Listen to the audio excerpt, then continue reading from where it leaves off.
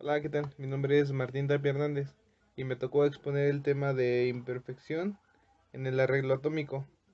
Bueno, este tema, por así decirlo, se dividió en dos partes, el cual lo voy a exponer con mi compañero Eduardo. Bueno, nos dice que el arreglo de los átomos iones en los materiales de ingeniería contienen imperfecciones o defectos. Estos defectos tienen con frecuencia un efecto profundo sobre las propiedades de los materiales. Bien, existen los defectos puntuales, los cuales son interrupciones localizadas en arreglos atómicos e iónicos, que si no fuera por ellos serían perfectos en una estructura cristalina. Bueno, pues como ejemplo, podemos decir que estos defectos, pues como lo dice, no son defectos, y los cuales, si nuestro material cristalino no los tuviera, pues fuera perfecto. Existen también las impurezas. Las impurezas son elementos o compuestos presentes en los materiales de materias primas o en el mismo procesamiento. Bien, ahora sí, como ejemplo de impureza, podemos decir que al petróleo se le quitan esas impurezas por medio de las refinerías. ¿No? Bueno, ese es el ejemplo. Una impureza es lo que se le quita al petróleo por medio de las refinerías. Bien, tenemos los dopantes.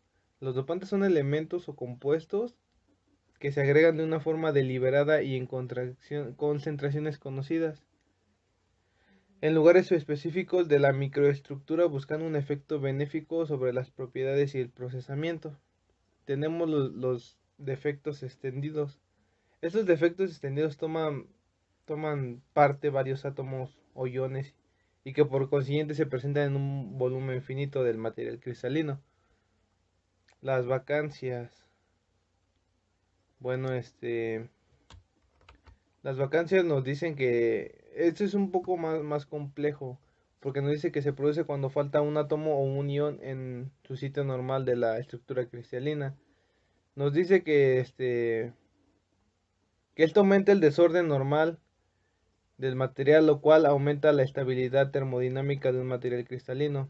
Todos los materiales cristalinos tienen un defecto de vacancia, y todo esto se genera por medio del calor a una temperatura ambiente, por así decirlo, que son a 298 grados Kelvin. La concentración de vacancia es pequeña, pero aumenta en forma exponencial al aumentar la temperatura con el siguiente comportamiento. Y aquí tenemos una fórmula.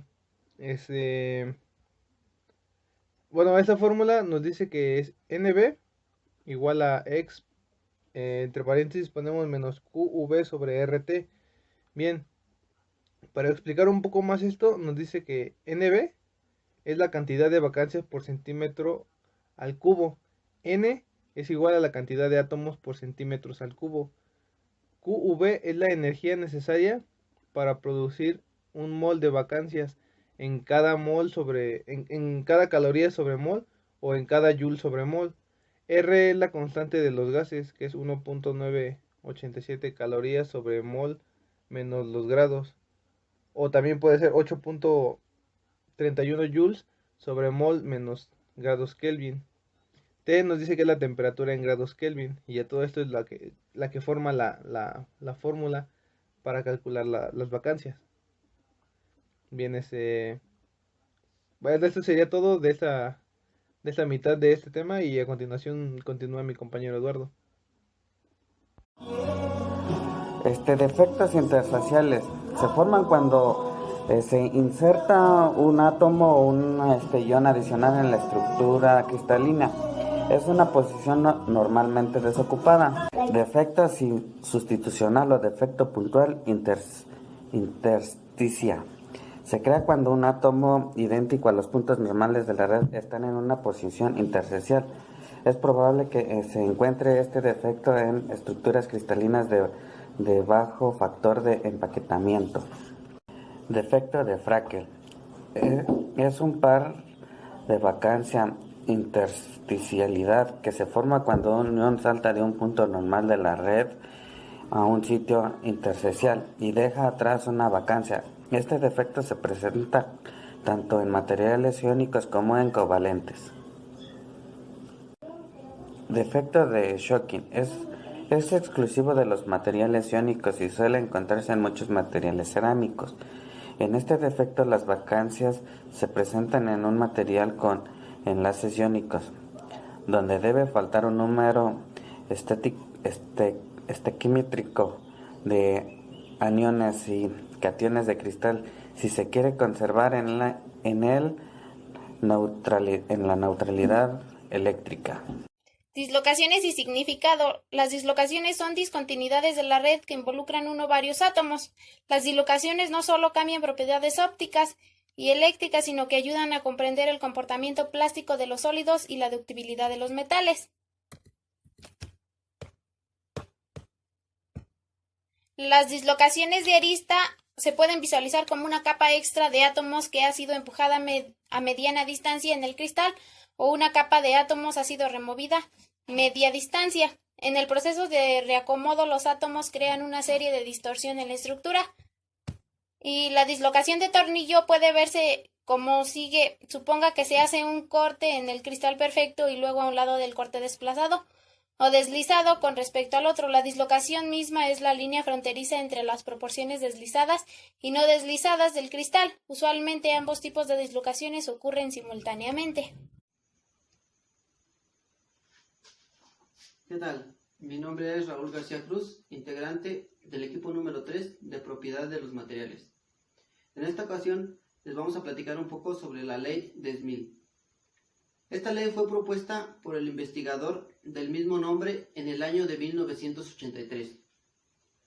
Esta ley nos permite entender las diferencias entre el comportamiento mecánico de los metales con diferentes estructuras cristalinas. En especial, hablaremos del acero de construcción, que cuenta con el análisis de la fuerza requerida para iniciar el proceso de deslizamiento. Los defectos del acero en los bordes del grano de un metal policristalino se manifiestan como deformaciones. Para que la dislocación se mueva en este sistema de deslizamiento, la fuerza aplicada debe producir una fuerza constante, actuando en la dirección del deslizamiento. Esta fuerza resultante está dada por la siguiente fórmula, donde nos dice que F de R es igual a F por coseno de lambda.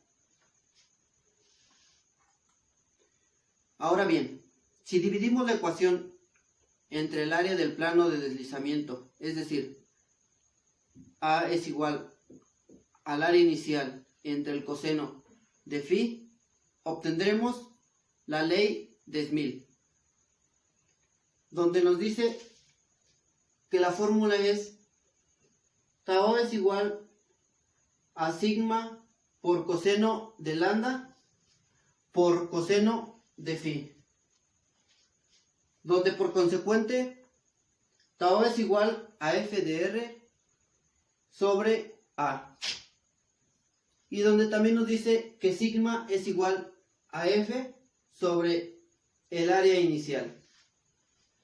Esto sería la ley de Smith.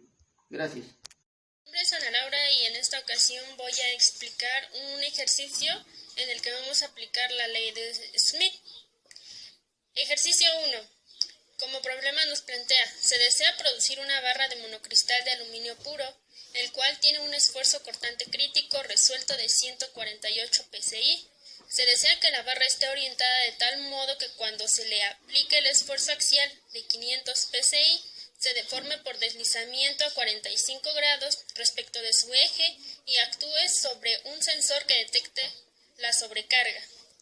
Vamos a diseñar la barra y un método para poder producirla. A nuestro problema anterior, las dislocaciones comienzan a moverse cuando el esfuerzo resuelto T es igual al esfuerzo cortante crítico resuelto, que son 148 psi. Entonces, de acuerdo con la ley, tenemos nuestros datos. T es igual a 148 psi, sigma es igual a 500 psi y phi igual a 45 grados. Entonces simplemente vamos a sustituir en nuestra fórmula. Sustituimos T, sigma y phi lo vamos a usar en el siguiente paso. Como se desea que haya deslizamiento en un ángulo de 45 grados que corresponde a phi respecto al eje de la barra A igual a 45 grados, entonces vamos a despejar nuestra fórmula. Entonces nos quedaría coseno de lambda es igual a 148 sobre 500 psi por el coseno de 45, y eso nos daría un total de 0.419, que corresponde a 65.2 grados lambda. Como conclusión, debemos de producir una barra orientada de tal modo que A sea igual a 45 y que O sea igual a 65.2 grados, que es el resultado que nos da. Una varilla hecha de aluminio puro se somete a un esfuerzo axial de 250 psi, el cual es lo suficientemente grande como para provocar un deslizamiento en la dirección lambda 65.2 grados y A igual a 45 grados. Determina el esfuerzo resultante crítico, el esfuerzo en el cual ya se empieza a provocar un deslizamiento. Y para este ejercicio igual vamos a aplicar la misma fórmula que en el ejercicio anterior, y a continuación lo voy a explicar. Para nuestro ejercicio tenemos la fórmula, sigue siendo la misma, entonces solo vamos a acomodar nuestros datos. Tenemos a sigma, a phi y a lambda. Entonces solo vamos a sustituir en nuestra fórmula y vamos a tener el resultado de T, que es 74.15 psi, y ese sería nuestro esfuerzo resultante crítico obtenido. Buenas tardes, compañeros y compañeras. Yo les vengo a exponer el tema de influencia de la estructura cristalina. Bueno, la estructura cristalina es la forma sólida de cómo se encuentran ordenados o empaquetados los átomos, moléculas y iones. Estos se encuentran empaquetados de forma ordenada con patrones de repetición que se extienden en las 3 dimensiones del espacio. Esto sería todo. Muchas gracias. Yo les hablaré sobre la influencia de la estructura cristalina. Dice que en la estructura cristalina ordenada de los compuestos inorgánicos, los elementos que se repiten son átomos o iones enlazados entre sí, de manera que generalmente no se distinguen unidades aisladas. Estos enlaces proporcionan la estabilidad y dureza del material. En la estructura cristalina de un material, la disposición de los átomos dentro de un tipo dado de cristal se puede describir en términos de su celda unitaria. Las transformaciones simétricas de las posiciones de los átomos se calculan a partir del grupo espacial de la estructura cristalina, y esta es usualmente una operación en caja negra realizada por programas informáticos. Y eso sería todo. Hola, ¿qué tal? Mi nombre es Alfonso Hernández Sea, y en esta ocasión vamos a hablar acerca de los defectos puntuales que se encuentran en una estructura cristalina. Primero que nada, vamos a mencionar qué son. Se dice que son interrupciones localizadas en arreglos atómicos o iónicos. La alteración afecta a una región donde intervienen varios átomos o iones. Se puede introducir por el movimiento de los átomos a los iones al aumentar la energía por calentamiento durante el procesamiento del material, por inducción de impurezas o por dopado. Pues más que nada son defectos que se encuentran en la estructura cristalina.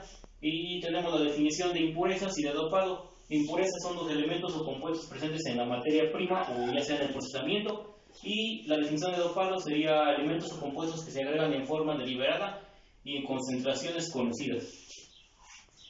Se dividen, los más importantes son 3, que voy a mencionarlos a continuación. El número 1 dice vacancias. ¿Qué son estas? Se produce cuando falta un átomo o un ion en su sitio normal de la estructura cristalina. Más que nada hace falta un átomo. Está la estructura cristalina, pero no está completa. Falta un átomo, no sé si se puede apreciar en la imagen, que están todos los átomos, pero falta uno. Desempeña un papel muy importante en la determinación de la rapidez con la que se pueden mover los átomos o los iones, es decir, difundirse en un material sólido, especialmente en los materiales puros. El número de vacantes igual varía dependiendo de la temperatura a través de esta ecuación, donde NV es el número de vacantes, esto es igual al número de posiciones en la red, que todos lo conocemos, y QV es energía necesaria para producir una vacante, K constante de Boltzmann o constante de los gases R, y la temperatura en K. Otro de los tipos de defecto es el que dice átomos sustitucionales. En teoría, un material puro está formado exclusivamente por el tipo de átomos o los materiales reales no son 100% puros, sino que poseen impurezas, las cuales lo definen como átomos diferentes a los átomos de materia original. Sí, como se puede apreciar igual en la imagen, es un defecto que se encuentra en la estructura cristalina, pero se podría decir que más grande o deforme, no está concorde a los demás. Y por último tenemos el de átomos intersticiales. Son átomos que ocupan lugares que no están definidos en la estructura cristalina. En otras palabras, son átomos cuya posición no está definida en un punto de red. Igual, como podemos apreciar en la imagen, son átomos que no deberían de estar formados en la estructura cristalina. Si la estructura cristalina se podría decir que ya está completa, y este átomo sale sobrando o está en un lugar en donde no debería de estar. En esta pues es una imagen donde podemos observar una estructura cristalina perfecta y donde podemos observar la estructura cristalina, pero puede ser con los defectos que acabamos de mencionar a continuación. Aquí ubicamos a la vacancia, que pues falta el átomo, y los otros, el átomo insustitucional, el que dijimos que está como deforme, y el intersticial, que no va al caso, que no debería de ir ahí. Ya para terminar, pues podremos mostrar un ejemplo que podría ser, no sé, quizás para entenderlo mejor, podría ser una mazorca. Suponiendo una vacancia, pues están todos los granos en la mazorca, pero falta un grano, ese podría ser como la vacancia. El átomo sustitucional, pues podría ser un grano que está más grande, que está más deforme, que no está igual a los demás. Y el átomo intersticial, pues sí, un grano que no, quizás encima del otro, o que no debería estar ahí. Esto sería todo. Gracias. Mi nombre es Rodrigo Ferrera González. Hoy les voy a explicar el tema de defecto de superficie. El defecto de superficie nos dice que son imperfecciones de la estructura cristalina ubicada en una área determinada del material. De igual manera nos dice que los principales defectos son la misma superficie del material y las fronteras de los granos. Es decir, es un defecto de la estructura cristalina, por lo que se rompe la simetría con que los átomos estén enlazados. Los átomos lo podemos encontrar en la superficie, tiene enlaces químicos que son completos, los cuales se hacen más reactivos químicamente que el resto del átomo. Estos enlaces químicos son incompletos, son los causantes de algunos metales que se oxidan al momento de exponer en el medio ambiente, al momento de aplicarle alguna soldadura, un desbaste que se le hace en el material. Dice que los materiales cristalinos bajo condiciones no buscan formar un único cristal. Hay varias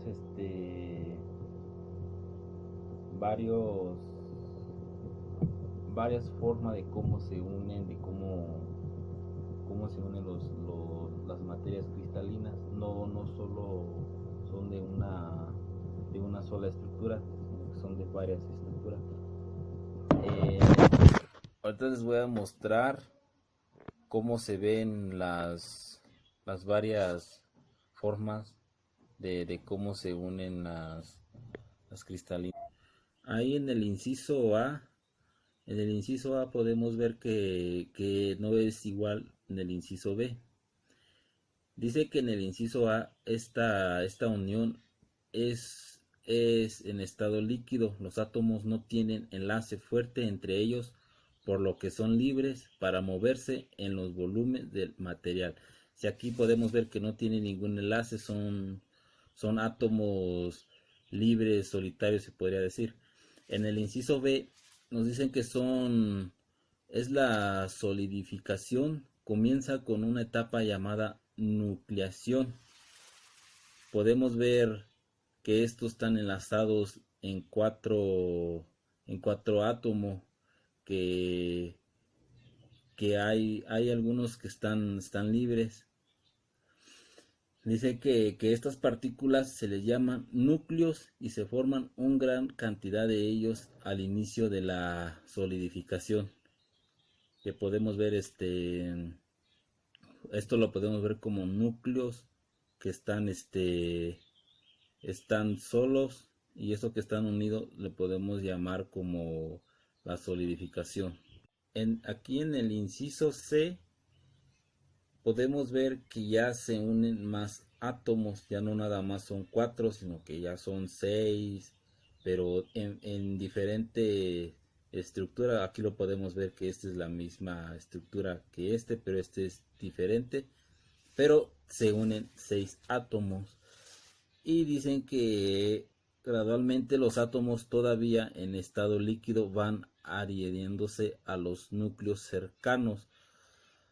O sea que los átomos más cercanos se enlazan entre sí.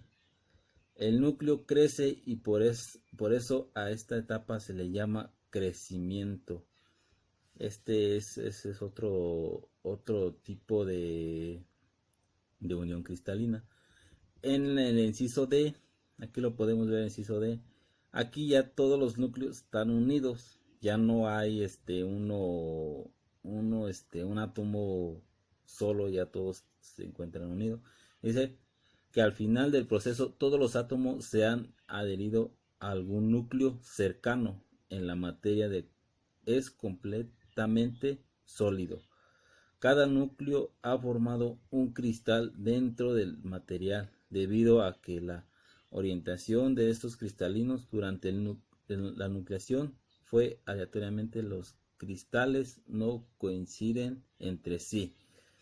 Aquí podemos ver que ya son cristales formados, pero son varias formas, porque aquí podemos ver que aquí se unieron 8 núcleos, y aquí se unieron 9 núcleos, y aquí se unieron 6 núcleos, pero en sí formaron cristales entre los núcleos. Este es un ejemplo que les comenté al principio, que al momento de este de desbastar un material nos podamos dar cuenta cómo está formado el cristalino del material. Y aquí en esta imagen es una imagen observada con un microscopio a una magnificación de 100x. Esto es lo que podemos ver en un material con cómo se forman los cristalinos. Bueno, eso sería todo en el tema de efectos de superficie. Para poder llevar un control en el proceso de deslizamiento, primero se debe llevar un monitoreo y control de las variables y propiedades físicas de algunos materiales. De esta manera podemos llevar a cabo el control dentro de un proceso de deslizamiento.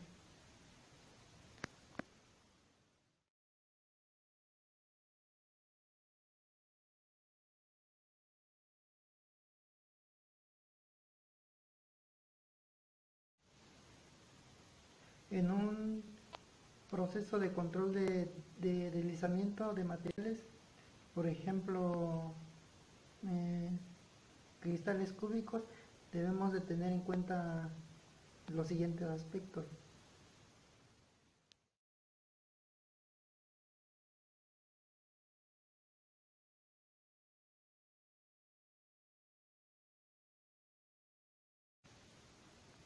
El deslizamiento en cristales curvos concentra en las caras, ocurre en el plano de mayor empaquetamiento compacto.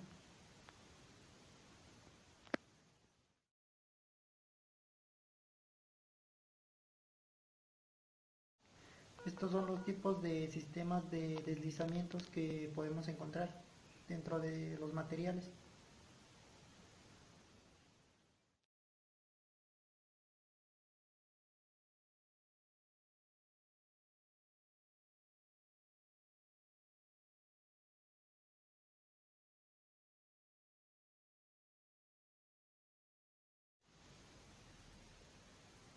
En el proceso de deslizamiento se conoce que es el proceso por el cual Se produce deformación plástica eh, por el movimiento de dislocaciones en los materiales.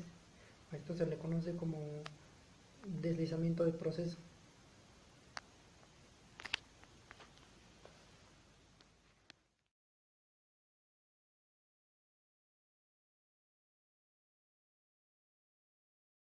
Hola compañeros, a mí me toca exponer la segunda parte del tema 8, que es control de procesos del deslizamiento.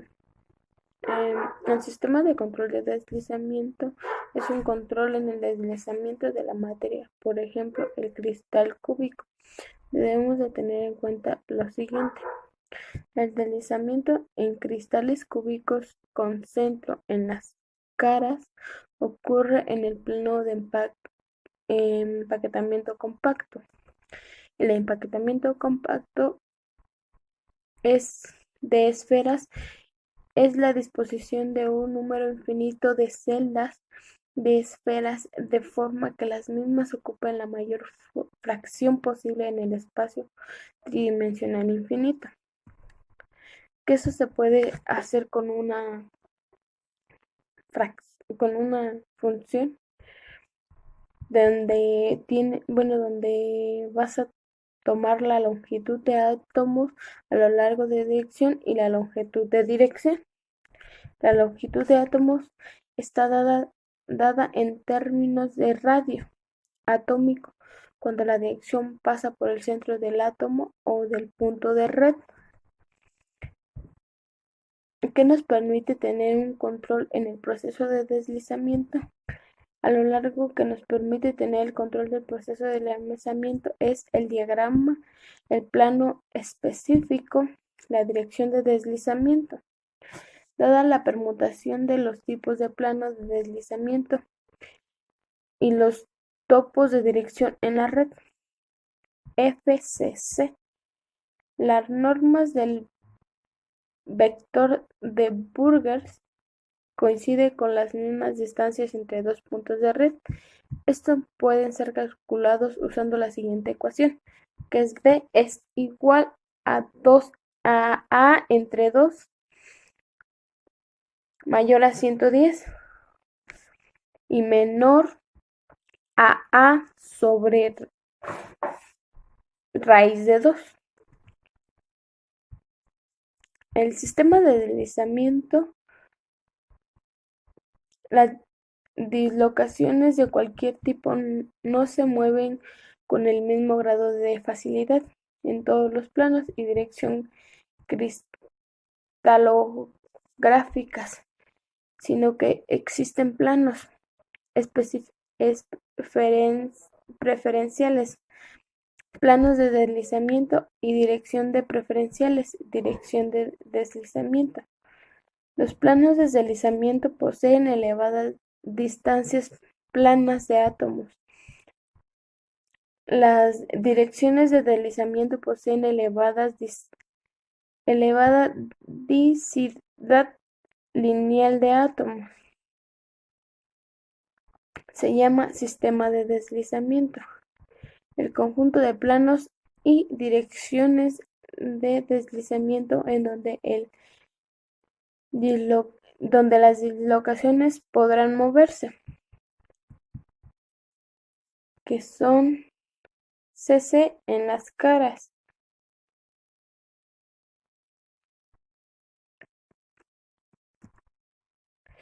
También hay tres tipos de sistemas de deslizamiento. Son las estructuras cúbicas centrales en las caras, que es el deslizamiento ocurre en el plano de mayor empaquetamiento. Está la estructura cúbica central del cuerpo. Ese deslizamiento ocurre en el plano con menor vector de Burger. Y está la estructura hexagonal compacta. El deslizamiento es mucho más limitado que las estructuras de las dos estructuras mencionadas, que son las de cara y la de cuerpo. Bueno, compañeros, esta es la segunda parte del tema 8. Espero les haya agradado.